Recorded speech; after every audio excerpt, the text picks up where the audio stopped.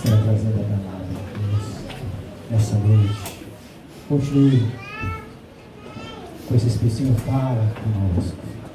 Você ouvir a tua voz. Glória a Deus. Vou tentar um momento, mas vou traduzir para ele. Eu quero apresentar, pode sentar também. Quero apresentar o pastor Romeu. Ele é pastor da Aliança Cristã, aqui de Ramamatos.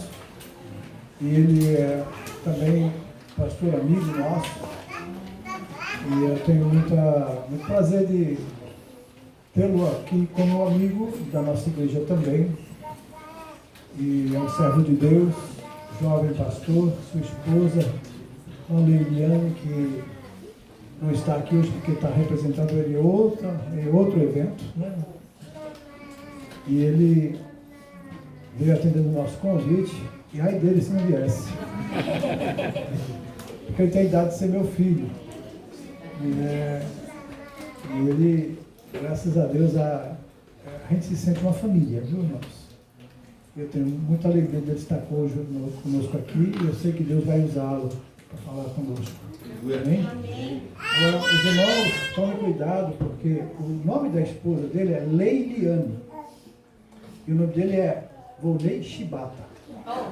Então tem a Lei e tem a Shibata. Então você pode... Mas que Deus os abençoe, querido. Né? Pai querido, obrigado mais uma vez, eu oro, mas nós oramos mais uma vez, para te pedimos, Senhor, usa o teu servo, que ele seja, Senhor, o microfone do teu Espírito aqui para nós. Nós queremos ouvir a tua voz através do teu servo, em nome de Jesus, amém. A paz do Senhor, queridos. Amém. Boa noite a todos. Amém. Quero deixar registrado aqui o meu carinho, o meu amor pelo pastor Inácio, pela missionária Ani, que por mais que você não viesse pregar, mas estar no lado deles, às vezes a gente está mais junto offline, né? Às vezes indo na casa dele, ou eles vindo até nós, ou numa ligação, ou numa mensagem de texto, sempre se falando, né? E o pastor Inácio é realmente como um pai para nós. Eu lembro que... Muito obrigado. Eu lembro que na minha chegada do Brasil, o pastor Inácio estava, na época, a aliança, né? E em um certo tempo eu fui pastoreado também por ele muito paciente ali me ouvindo, eu meio que depressivo porque a esposa ficou no Brasil, ali chorando quase nos ombros dele, né? Quando ele me via se aproximando, ele já disse assim, rapaz, lá vem esse menino de novo, né? Muito paciente, muito obrigado, viu? Obrigado pela amizade que se manteve. E também quero falar para todo o ministério aqui representado que vocês são muito bem pastoreados, né? Muito bem. Aí fica difícil de pregar, né? A igreja que já está enriquecida da palavra, bem pastoreada, fica difícil, ou fica fácil de pregar, fica fácil, né? Fica fácil de pregar. Então, é um prazer estar aqui com cada um dos irmãos. Se eu soubesse que ia ter tantos jovens aqui, eu pensei na minha cabeça, assim, deve ser um evento local de jovens, então vai ter os jovens de lá. Se tivesse tantos jovens, a gente tinha colocado meu bonézinho, assim, um moletom, então, para aparecer pelo menos uns 15. Tô brincando, gente. Mas, por favor, abra o texto bíblico na referência que foi proposta aqui, né? Gálatas 6:7. Uau, que momento precioso, um momento de louvor, que momento abençoador que tivemos aqui nesse momento.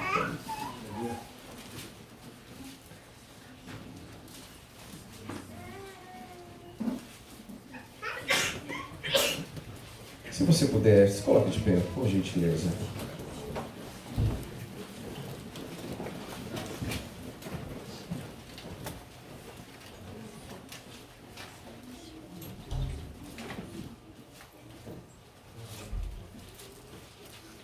Eu posso ler não somente o versículo, mas o contexto, tá bom? Então eu vou ler o contexto para que a gente chegue.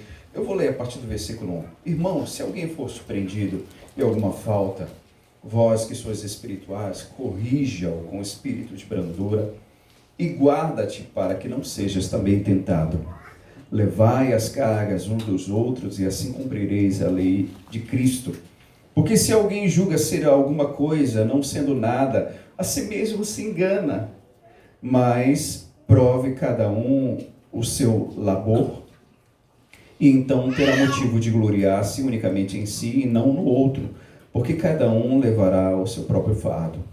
Mas aquele que está sendo instruído na palavra, faça-se participante de todas as coisas boas, aquele que o instrui. Não vos enganeis, de Deus não se zomba, pois aquilo que o homem semear, isto também ceifará. Porque o que semeia para a sua própria carne, da carne colherá a corrupção. Mas o que semeia para o Espírito, do Espírito colherá a vida eterna. E não nos cansemos de fazer o bem, porque ao seu tempo ceifaremos, se não desfalecermos.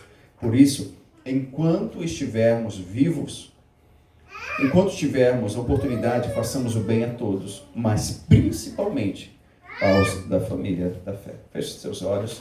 Pai, por tua graça e misericórdia, estamos aqui reunidos em teu nome, e o Senhor já tem se movido, recebido a adoração dos teus filhos, meu Pai, e tem trabalhado em cada um dos nossos corações. Por favor, Senhor, continua a operar, Senhor, através da exposição da tua palavra. No nome do teu Filho Jesus. E a igreja diz? Amém. Por favor, pode se assentar. Amém? Glória a Deus. Eu fiquei meio preocupado com o tempo que o pastor Inácio me deu para pregar. Ele disse mais ou menos 1h30. Eu disse, pastor, não consigo pregar tanto tempo, pastor, 1h30, né? Brincadeira à parte. Queridos, toda afirmação bíblica, ela tem um contexto, não é verdade? A gente vê tantas seitas sendo... tantas afirmações com cara de verdade, que parecem verdade, sendo feitas com textos que são removidos. Sabe aquela pessoa que pega ali e coloca o dedo assim, aí fala assim mesmo, aí lê somente aquele versículo, mas aquele versículo está dentro de um contexto.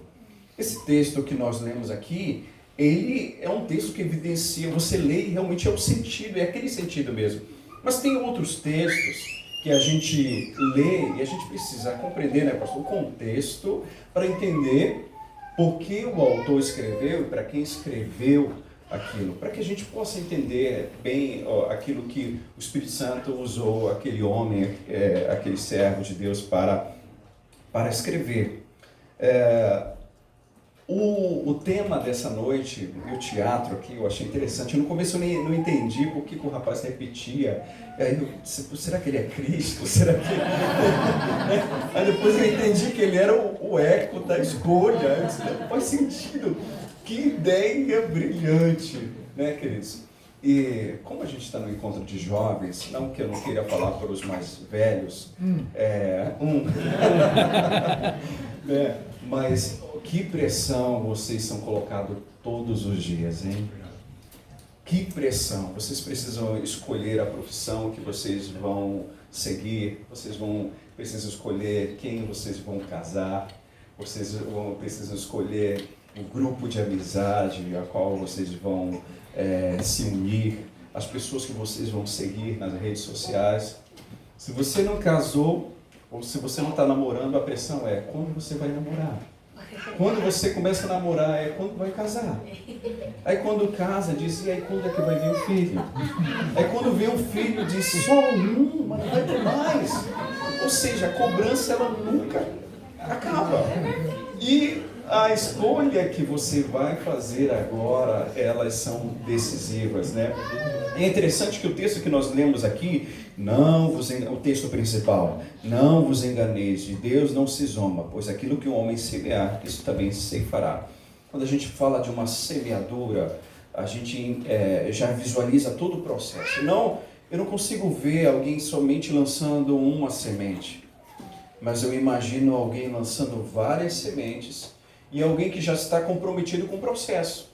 Ninguém, num rataquê desse que a gente vê, de arroz, por exemplo, eles estão colocando ali a muda do arroz e comprometida com o processo de que vão precisar liberar água no tempo certo, liberar os nutrientes, cuidar, se faltar chuva, tem que prover a água. Ou seja, há um comprometimento com todo o processo para garantir que a colheita seja aquela que seja a aguardada, uma boa colheita. Ninguém lança uma semente apenas e abandona aquela semente e espera colher o melhor fruto. Eu lembro que a minha esposa e eu, diferente da missionária Ani, a missionária Ani, quando eu vejo ali no quintal deles ali, nossa, muitas plantas bonitas e cada babosa, uma mais bonita do que a outra, umas o pastor Inácio passa no rosto depois de ter tomado elas, né? Quem nada quer ver. Mas a gente não conseguia cuidar das plantas desse jeito, achou que era só comprar uma planta dessa bonita, levar para casa, deixar ali em cima da mesa e ela ia ficar bonita para sempre, só colocando água.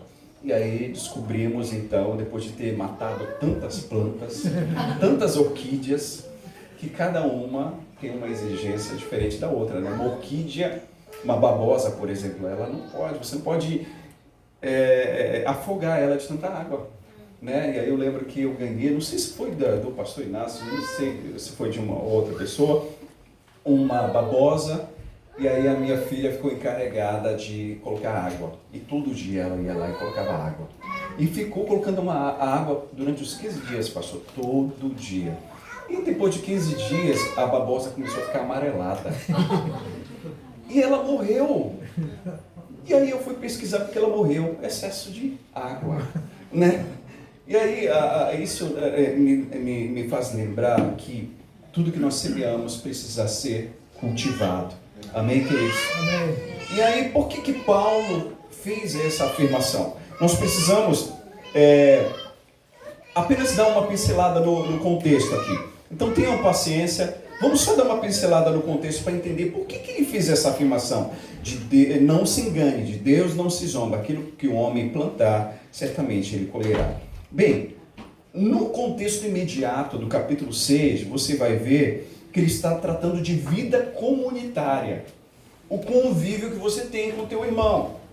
Queridos, parece ser um mar de rosa, né? Jovem, adolescente, às vezes os nossos pais nos cobram, olha, tem que lavar a louça, tem que arrumar a cama, tem que colocar a roupa para lavar, tem que ajudar a fazer a refeição.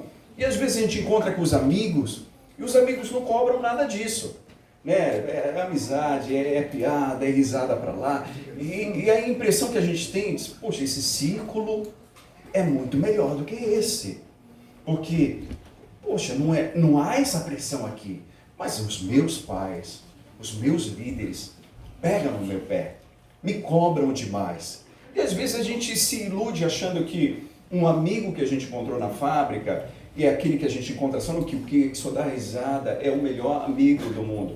Por isso que há tantas pessoas frustradas e tantas pessoas que também se distanciaram de pessoas, porque por ter se aproximado de pessoas de forma irresponsável, quando eu digo irresponsável, eu digo não maduro ou sólido o suficiente para entender que a pessoa, o amigo, também tem falhas, erros e às vezes não é aquilo que aparenta ser. Então, o Paulo está tratando aqui no capítulo 6 de vida comunitária, dos desafios da vida comunitária. E nesses desafios, certamente, no versículo 1, ele diz, restaurar irmãos caídos com mansidão. Depois, no versículo 2, ele vai dizer, carregar as cargas uns dos outros. No versículo 3 e 4, ele vai dizer, não viver de aparência. No versículo 6, ele diz, sustentar aqueles que ensinam. É isso mesmo, compartilhar com aqueles que ensinam também, né? Abençoar aqueles que ensinam. E no versículo 10, ele diz, fazer o bem a todos. Esse é o contexto do capítulo 6 que nós lemos. Então ele fala de responsabilidade.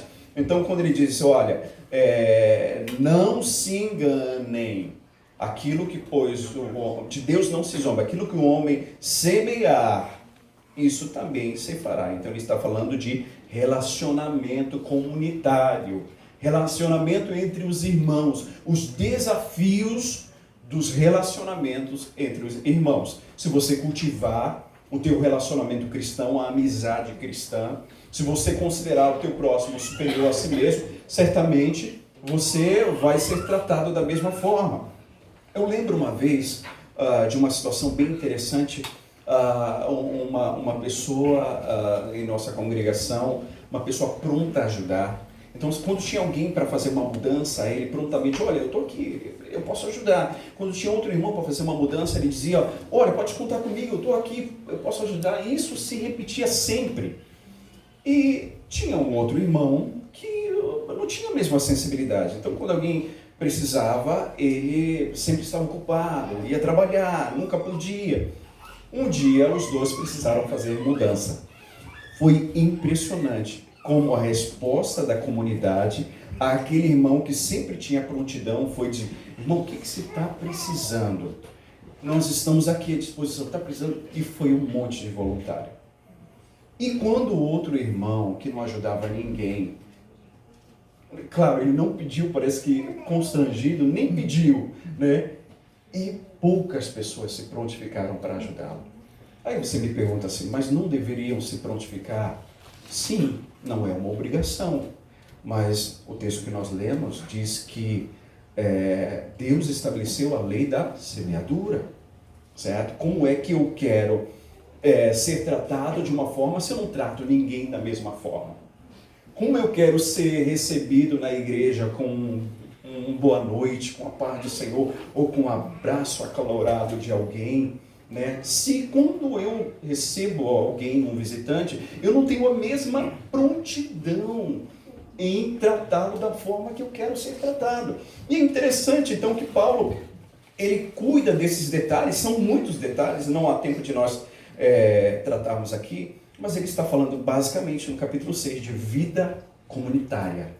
Aquilo que você semear, certamente você colherá. E Deus está sondando os nossos corações também na vida comunitária, sondando as nossas motivações. O pai disse, filho, vamos para a igreja com o pai. Eu posso, eu tenho duas escolhas. Eu posso ir por vontade própria, ou eu posso ir por obrigação. Não é verdade? Eu posso ir forçado, ou eu posso ir de livre e espontânea vontade. Eu posso contar um testemunho rapidinho? Rapidinho, testemunho da juventude, tá bom? Eu não fui para a igreja com a melhor das motivações, eu vou confessar aqui. A princípio foi uma boa motivação. A minha mãe disse, filho, é perigoso, a mãe sozinha, acompanha, mãe. Eu disse, ok, mãe, eu vou acompanhar você. Eu tinha mais ou menos 13 para 14 anos, e aí eu fui acompanhar a mãe. Chego lá, eu bati o olho numa jovem lá. Aí eu disse mesmo, rapaz do céu, é bom, né? E aí eu fiquei interessado, a princípio, naquela jovem, e aí a mãe achou estranho que eu comecei a ir mais que ela. Comecei a ir mais que a mãe. Mas, graças a Deus, não era a mulher da minha vida, eu ia encontrar a mulher da minha vida depois, eu esqueci rapidamente a irmã, mas eu me vi envolvido pela igreja ali. Então você vê que você passa pela motivação boa, você pode cair dessa motivação boa e ir para uma motivação ruim e de repente voltar para uma motivação que é genuína, que é aprovada por Deus. Então qual é a motivação que nós temos ao fazer o que fazemos? Queridos, é muito fácil nós perdermos a motivação certa. É muito fácil. Às vezes nós somos profissionais no que fazemos. Não é difícil de você se tornar um profissional no que você faz. É muito fácil. O difícil é todos os dias você sondar o teu coração e dizer, Deus, por que eu estou fazendo isso? Por que eu preciso continuar fazendo isso? Eu não tenho, ninguém está me prendendo, ninguém está me acorrentando. Eu decido ou não fazer, ou decido fazer, mas se fazer, faça de todo o coração, como para o Senhor, e não para os teus pais, não para o teu pastor, não para alegrar e impressionar ninguém. A gente é tentado a impressionar, a gente é tentado, principalmente com as redes sociais, a demonstrar espiritualidade o tempo todo, a demonstrar que a gente, de repente, está orando, a demonstrar que, de repente, a gente está numa vida devocional efetiva, que a gente está ganhando vidas para Cristo, que a gente está cultuando. Queridos, é uma tentação o tempo inteiro. E perder a simplicidade é um abrir e piscar de olhos. Simplicidade é aquele coração despretensioso que vem no encontro dos santos, na simplicidade do encontro, na sinceridade dos relacionamentos, para encontrar o irmão, na esperança de, ao abrir a palavra de Deus, ser confrontado com a palavra que é verdadeira espada, receber a direção da vida e seguir na direção certa, segundo a vontade do Senhor.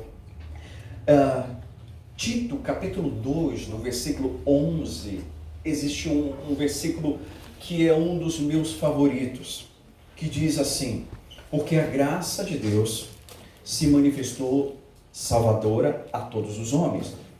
Até aí, ok, a gente concorda em tudo. Que graça é essa? De que forma? Jesus Cristo veio e se entregou na cruz. Ok.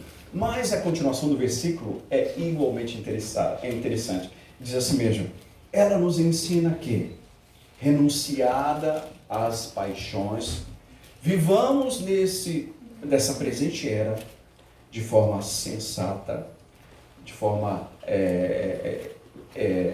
sensata, aguardando a bendita esperança do nosso Senhor, a revelação do nosso Senhor e Salvador Jesus Cristo. Então, o que esse texto me ensina? Que aquilo que a gente conhece como salvação é um pacote, e não somente o ato de Deus nos perdoar. Quando Deus nos perdoou, Ele pensou em todo o processo.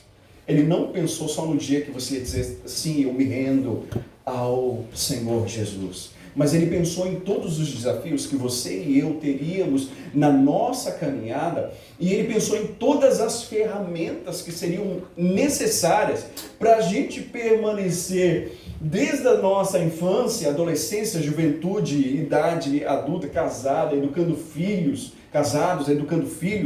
ou na terceira idade. A salvação é um pacote, aquilo que a gente chama de graça, é um pacote que envolve passado, presente e futuro. Deus pensou em tudo, gente. Deus pensou em tudo. Então Ele sabe exatamente aquilo que a gente precisaria, cada um de nós precisaria, depois que nós nos rendêssemos ao Senhor. Ele sabia exatamente o que cada adolescente, cada jovem precisaria quando se rendesse ao Senhor. Ele sabe exatamente, sabia. Por isso que o texto vai dizer que a graça de Deus se revelou salvadora a todos os homens, através de Jesus, mas também ela nos ensina, ela nos educa. É Deus pegando nas nossas mãos e nos habilitando para a vida. Queridos, a salvação é um chamado de Deus para a vida, para vivermos, para continuarmos sendo o homem, o bom administrador do Éden, para sermos aqueles que vão ser bons dispenseiros da graça de Deus aqui nessa terra.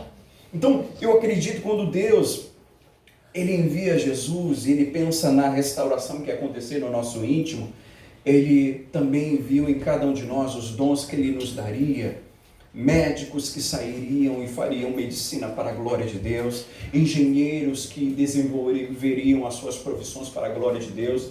Ele viu professores que desenvolveriam as suas profissões para a glória do Senhor.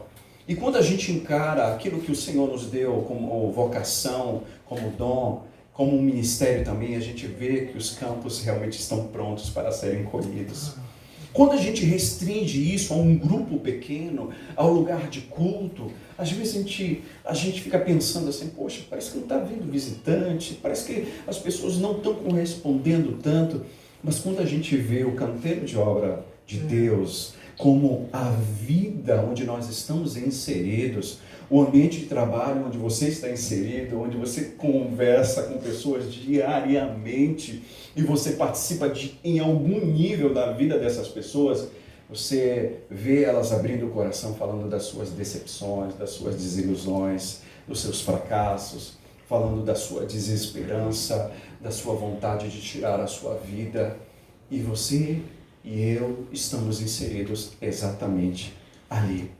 Queridos, Paulo trata então da vida comunitária, mas falando de um contexto da carta inteira, ele fala de umas coisas. Ele fala, por exemplo, do legalismo, porque esses irmãos gálatas, eles estavam Paulo até denuncia no começo da leitura da carta como é que eles estão passando tão rapidamente, né? Mudando tão radicalmente aquilo que Paulo havia deixado eles para um outro evangelho que não era o evangelho que ele havia ensinado, o evangelho de Cristo. Então o legalismo está entrando naquela igreja. Um grupo de pessoas, falsos irmãos, estão ali dizendo que o cristianismo deles não era suficiente, que era Cristo mais alguma coisa. Cristo não era suficiente, tinha que ter Cristo e mais a circuncisão, Cristo e mais a guarda da lei. Nos nossos dias, a gente vê essa proposta sendo disseminada por aí, onde pessoas dizem assim mesmo: não, Cristo não pode ser exclusivo, é Cristo e mais alguma coisa. As pessoas, elas não se ofendem lá fora se você diz que é Cristo mais alguma coisa. Elas se ofendem quando você diz somente Cristo. Essa é a verdadeira mensagem que ofende o mundo, quando nós dizemos somente Cristo. Mas se você, e como esses líderes, esses falsos irmãos que estavam entrando na igreja da Galácia, dizia: não, é Cristo mais alguma coisa, é Cristo e mais a lei. Isso daí estava massageando o ego de muita gente. E nos nossos dias também a gente vê um evangelho que vai sendo açucarado, que vai sendo corrompido. E a gente vê, por exemplo, a igreja inclusiva, que é uma igreja dos nossos dias. Uma igreja que parece que achou o tesouro, achou o mapa da mina e está fazendo coisas que parece que nós não fizemos, que a igreja que desbravou antes de nós não fez, como incluir movimentos que estão aparecendo recentemente agora e não considerar as suas práticas como uma prática detestável diante de Deus. Eles dizem: não, eles nasceram assim, Deus os fez assim, e eles não podem ser confrontados em suas vontades, em suas decisões. Nós acolheremos eles como eles são. Mas, queridos, nós também acolhemos as pessoas do jeito que elas são. A porta de uma igreja ou a porta da comunidade, da família da fé está aberta a todos, sim ou não, queridos? Sim. A todos. Qualquer pessoa pode entrar. Mas nós cremos que a palavra de Deus, ela não permite que a gente siga do jeito que a gente quer. Uma coisa é eu entrar do jeito que eu estou. Outra coisa é eu, ao olhar a palavra de Deus e ser confrontado com ela dizer: vou ler, isso não está conforme a minha vontade. Você precisa mudar de posição. E eu ser confrontado com aquilo, me render à vontade do Senhor e dizer: Senhor, o Senhor tem razão, realmente eu estava equivocado. Por quê? Porque hoje a gente vê um sistema baseando identidade, por exemplo, naquilo que eu sinto. E a Bíblia nunca disse que nós somos aquilo que nós sentimos. Você sabe que é coisa nova aí, está surgindo, é modismo do momento, que pessoas estão se identificando como, por exemplo, cachorro. Ela diz assim: não, eu sou um cachorro.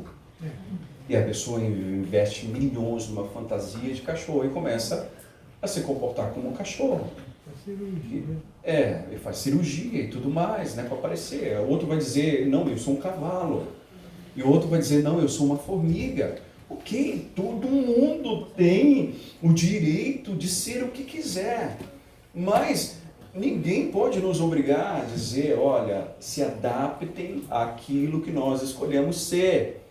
Porque nós cremos que a palavra de Deus é aquilo que nos traz identidade, é aquilo que nos dá propósito. Quando alguém pergunta para você: quem é você? O que você responde? Sem citar o que você tem e o que você faz. 30 segundos para você pensar. Quem é você, sem citar o que você tem, nem o que você faz? Sobra uma resposta, né? Alguém falou aí, ok? Filho de Deus. Filho de Deus.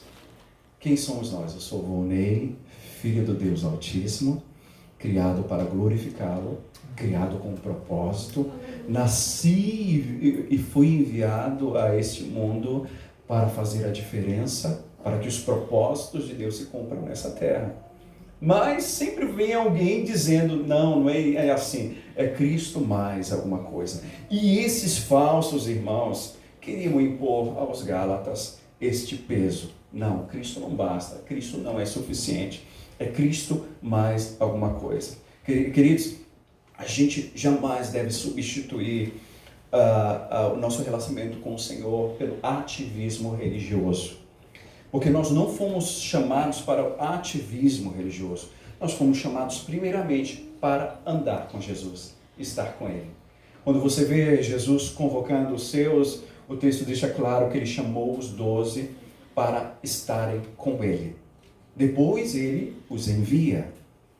Então Ele cria um círculo de amizade, um círculo de amigos, onde Ele compartilharia da intimidade do reino com esses amigos. Então, queridos, Deus jamais pediu que eu fosse pastor antes de ser seu amigo. Deus jamais quis que eu abrisse mão de ser amigo dele antes de ser pastor. E aí você sabe que tem um monte de pastor aí se matando, tirando a sua vida, exaustos, cansados. Tem um monte de irmãos indo pelas veredas dos desigrejados. Não, para mim a igreja se perdeu ao longo do processo e não dá mais para confiar na igreja.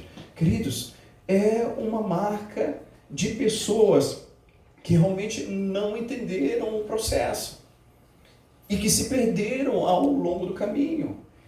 Trocaram relacionamento pelo ativismo, trocaram relacionamento pelas campanhas, trocaram relacionamento por querer impressionar um ou outro e deixaram de lado o relacionamento com o seu Senhor. Então, queridos, aquilo que é do contexto imediato da carta, Paulo diz no capítulo 6, ele trata de relacionamentos.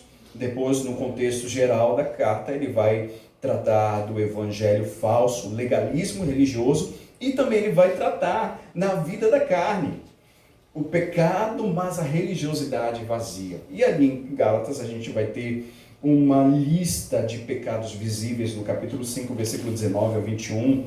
Nós vamos ver falar de autossuficiência, justiça própria, aparência sem vida interior, religiosidade sem espírito.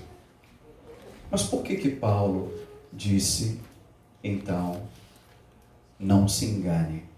É interessante que quando Paulo ele faz essa referência, ele deixa claro para nós que nós podemos sim nos enganar.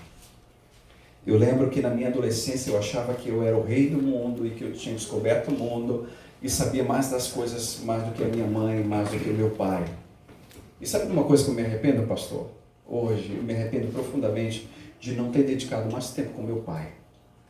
Porque na rotina de culto da igreja do Brasil que eu frequentava, tinha culto na segunda, na terça, na quinta, na sexta, sábado, culto de jovens e domingo, culto da família. Eu estava em quase todos. E o meu pai era comerciante, precisava da minha ajuda. Eu poderia ter tirado um tempo maior. Eu poderia ter ido em 2 cultos na semana, talvez 3 no máximo. Deus não ia considerar aquilo pecado. Ele considerou pecado o fato de eu ter faltado com a minha responsabilidade na minha família. E é uma coisa que eu me arrependo profundamente. Eu me enganei naquele período. Porque eu achava que eu estava fazendo um serviço para Deus e eu estava desconstruindo aquilo que o Senhor criou com tanto amor, que era uma família. Eu só precisava naquele momento honrar meu pai, estar com ele em determinados dias da semana, aliviar um pouco. Mas em vez disso eu estava ali no ativismo religioso. E aí, quando eu fui descobrir isso, já era tarde demais. Né? Entenderam? Era tarde demais. Nós podemos nos enganar, queridos. Podemos nos enganar. A palavra vai dizer que enganoso é o coração do homem. Mais do que? Do que tudo. Enganoso é o nosso coração. A melhor oportunidade que você está vendo nesse momento talvez não seja a melhor oportunidade da tua vida. A pessoa que você está se encantando, o rosto bonito, talvez não seja, se não for debaixo de oração e direção do Senhor.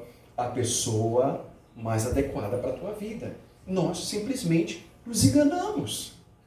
Eu lembro que quando eu estava no louvor e eu comecei o ministério no grupo de louvor, eu comecei na música. E lá no Brasil eu era responsável pelo louvor das terças-feiras.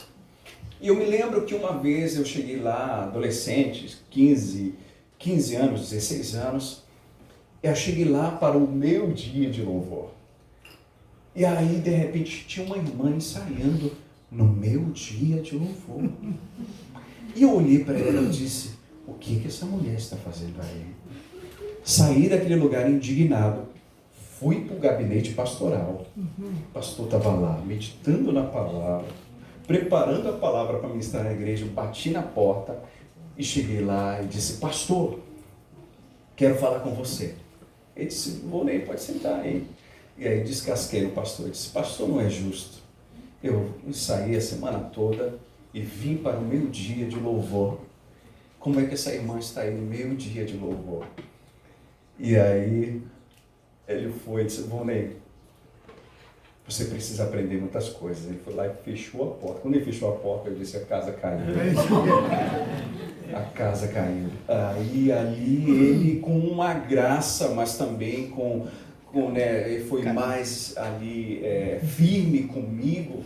Ele disse assim mesmo, ele falou uma frase, queridos, que não está na Bíblia, mas que foi uma voz de Deus e que cortou meu coração e mostrou que eu estava enganado. Ele disse mesmo, Volney, na igreja nós não precisamos de exibicionistas. Na hora que ele falou aquilo, pastor, eu me senti ofendido, levantei imediatamente, bati a porta, mas eu dei 4 passos, 1, 2, 3, de repente eu fiquei paralisado. E quando eu paralisei, eu disse, ele está certo. Nossa, ele tem razão. E envergonhado eu voltei atrás, eu não sabia onde colocar. Se eu pudesse voltar no tempo e Deus me colocasse ao meu lado, eu daria um tapa em mim mesmo, assim, ó. Mas arrependido, voltei, abri, bati na porta do escritório e ele já firme disse, o que é? Ele está chateado agora comigo. E eu disse mesmo, sou eu. O que você quer? Eu disse, quero falar, eu estava errado. Aí ele disse mesmo, filho, aí ele baixou o teu tom. Filho, senta aí, você precisa aprender muitas coisas. E começou a me ensinar como um pai ensina um filho. Filho, é assim, a motivação é essa, não se engane. E depois daquele dia, eu virei um jovem sem crise de alguém estar fazendo o que eu fazia. Passei a sentir alegria quando eu via alguém fazendo o que eu fazia. Eu disse, nossa, não é só eu, tem 2 agora, né? Comecei a ver como uma graça de Deus, Deus levantando outras pessoas para fazer. Porque no nosso meio não deve haver competição. Não deve haver esse tipo de raiz entre nós. Então Paulo vai dizer, não se enganem. Depois ele vai dizer, de Deus não se zomba. E aí você lembra que lá no Velho Testamento, lá no Antigo Testamento, o Senhor disse, eu sou um Deus zeloso. Dele é impossível zombar. E aqui zombar não é no sentido de falar palavras ofensivas a ele, mas no sentido da motivação. Quando ele está sondando a nossa motivação e a gente está semeando para o mal, achando que está semeando para o bem. E ele sabe, e ele é aquele que autoriza os frutos da colheita, então ele vai ter que dar exatamente aquilo que nós estamos plantando. E logo em seguida ele diz, aquilo que você semear, nos dando a entender que nós temos um direito de escolha todos os dias. E como o pastor Inácio disse, todo momento, todos os dias a gente faz centenas de escolhas, né, pastor? Todo momento a gente está decidindo as coisas. Que as nossas decisões sejam baseadas por princípios que nos façam fazer uma boa semeadura. E aí ele diz, aquilo que nós semearmos, certamente colheremos, nos garantindo que não tem como adiar a colheita, não tem como evitar a colheita, não tem como decidir não colher aquilo que se plantou. Se de repente, nesse momento, finalizando, você está colhendo uma colheita amarga por decisões que você tenha semeado, talvez no ministério, talvez no teu casamento, talvez na tua família. Lembrem que a colheita, ela só dura, aquela colheita, enquanto as sementes forem replicadas. Aquelas mesmas sementes continuam sendo replicadas. A partir do momento que você para e muda as sementes, as colheitas que você vai ter serão outras. Colheitas de motivação, colheitas de bom ânimo, colheitas de paz, colheitas de bom relacionamento entre irmãos, entre amigos no ambiente de trabalho, colheitas de paz no seio familiar, colheita de esperar o bem do próximo, de servir ao meu próximo, referir com honra aquele que tem honra. Queridos, basta nós mudarmos a semente. Amém. Que tipo de semente você está lançando nesse momento? Continue lançando boas sementes e não nos cansemos de fazer o bem. O texto nos dá a entender a ideia do jardineiro que está cultivando e não se cansa de fazer aquilo que precisa ser feito. Cultive as sementes que você tem lançado, porque certamente, ao seu tempo, nós colheremos se não desfalecermos. Amém, queridos? Amém. Feche seus olhos, por favor. Pai, obrigado, Senhor, pela tua graça, bondade e misericórdia sobre cada um de nós. E obrigado, Senhor, por esse tempo onde nós podemos compartilhar a tua palavra. E diante de um texto tão poderoso, Senhor, onde mostra para nós, meu Pai, a realidade da nossa natureza pecaminosa, que pode se enganar. Também mostra para nós a realidade do Senhor, que não pode ser zombado, que não pode ser escarnecido, e que nos mostra a inevitabilidade da colheita. Senhor, dá em nós um coração temente ao Senhor, que espera a colheita no tempo certo daquilo que foi semeado em justiça.